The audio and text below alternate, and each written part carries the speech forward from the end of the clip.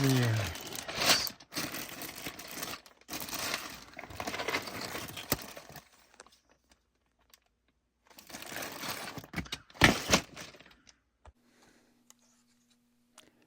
So it's been a very productive a couple of hours. Hey, it's Jabba. Welcome to BrickTsar. This is your home for vintage Lego, and it happened. I knew it would happen when I stopped looking for the clear bricks and focused on doing other things.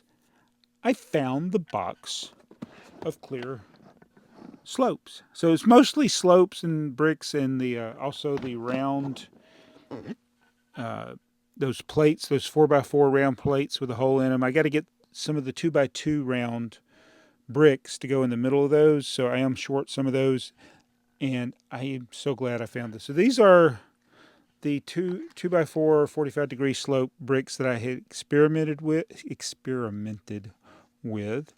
There's the problem with you'll have to remove the studs of the whatever it connects to because it's not proper there. I'm going to show these all closer later, but this is one of the ones I experimented with, and this worked out because it's 6 by 24 right here, so that's the proper for the upper level, but it's not smooth. That's the only thing. I don't have the tiles on there, which is what I'd like to have. Here is another one I did, but this one ended up being 7 by 24, so it was wrong. I tried to do it where I could connect it, but then when I do that, then it gets out of whack. And here's one of the 1x2 bricks that I made. Again, not smooth on the top. I think I elected to go for not smooth on this because it's easier than having the tiles, but for what I really want to do, I want it to be smooth up there. May end up changing my mind. And this one is also going to be a problem because it is already the 6 bricks high. I don't know how. I really don't know how to make the 45-degree slope and it work out where you can have tiles on that upper level. It may not work out. But anyway, I found it. So that was one of the things I found. The other thing I found was this. This is 100% a coincidence. Of course, I think it's not necessarily a coincidence. It's a very observant spouse who noticed the problems I've been having with my Fitbit and the complaints I've made with my Fitbit, and I ended up with an Apple Watch that I gotta learn how to work it. This video is not sponsored by Apple Watch, so I just gotta learn how to use it. It's so lightweight. I don't even hardly notice that it's on here.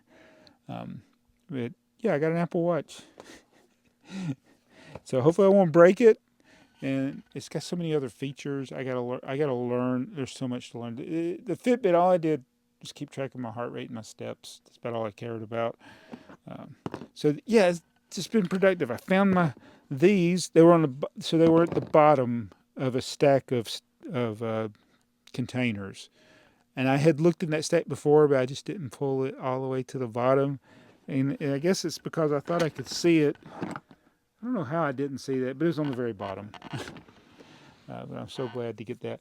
And I also found more boxes that have vintage parts in them. This one's got some modern parts mixed in with it. This has got the flat trees, which I had been finding some of those flat trees.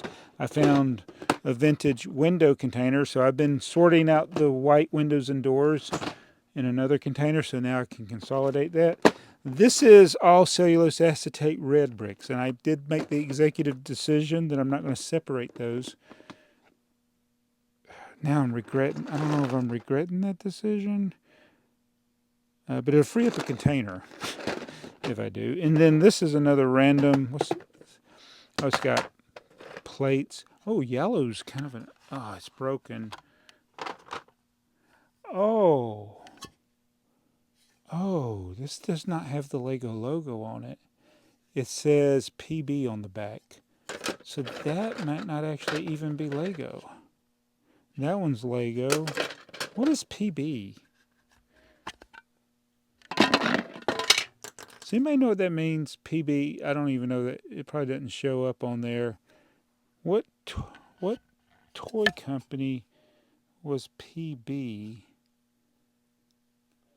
Huh. So this has some few other vintage parts, but I don't even. Surely this was in a hall somewhere, but that's the first time. I mean, I knew it stood out because yellow is an unusual color for the brick, the base plate bricks. And I got one other thing.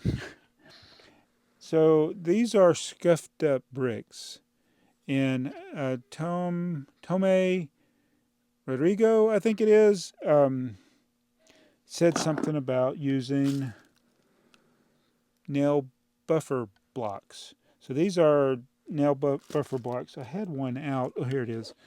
It's got 4 steps. Step 1, file. Step 2, remove ridges. Step 3, buff. Step 4, polish and shine. And these bricks, on one side, well, the top one I did all 4 sides, but the bottom 5, I just did one side. And I'll just do a little close up.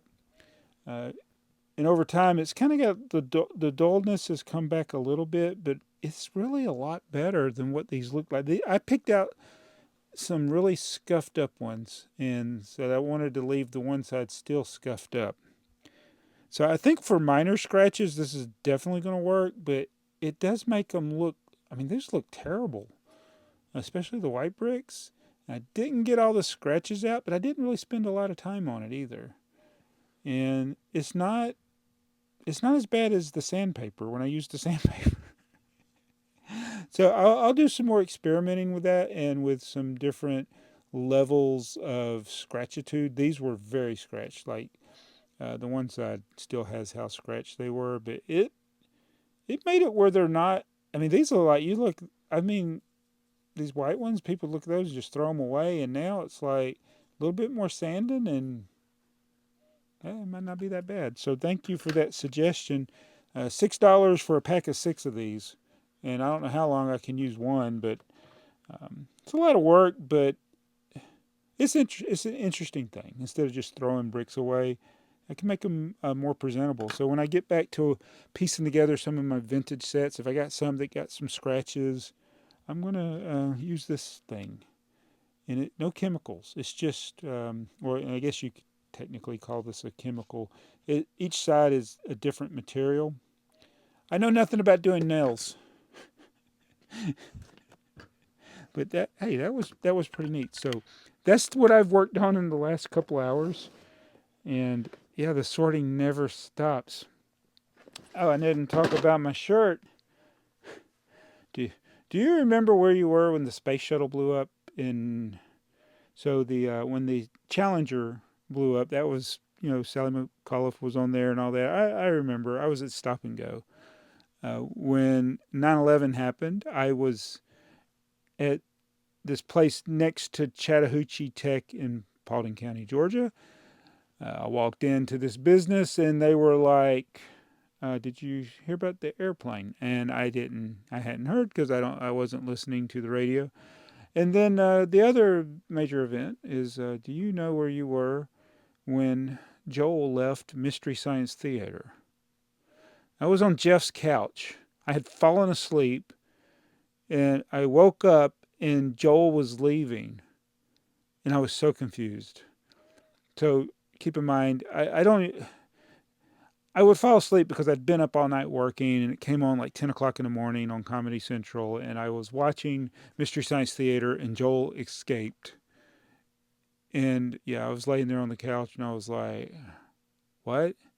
And so, like, the next episode, or one of the next episodes, um, one of the robots was making a shirt for Joel, but Joel left, and he finished it with Ike for Mike. Mike, who did a lot of the writing and was some of the big characters in Mystery Science Theater. He became the guy that replaced Joel. So it's Joike, Joel, then Mike. That was the shirt. Too much information. I don't know. I'm gonna go. I'll be back tomorrow in a different shirt. This is actually kind of like a sweatshirt. And this shirt used to be real tight on me. Now it fits comfortably, and so does this watch.